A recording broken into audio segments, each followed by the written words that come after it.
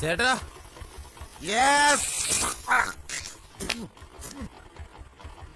എന്താടാ? പട്ടിയുണ്ടോ? എന്തിന്? ഒരു കൊറിയർ ഉണ്ടായിരുന്നു. പട്ടിക്കും കൊറിയറാ? ആരുടെ അയച്ചത്? പട്ടിയെക്കാളും കഷ്ടമാണല്ലോ ഇയാള്. പറയടാ, ആരുടെ അയച്ചത്? അല്ല, അത് ഡോക്ടർക്കുള്ളതാ.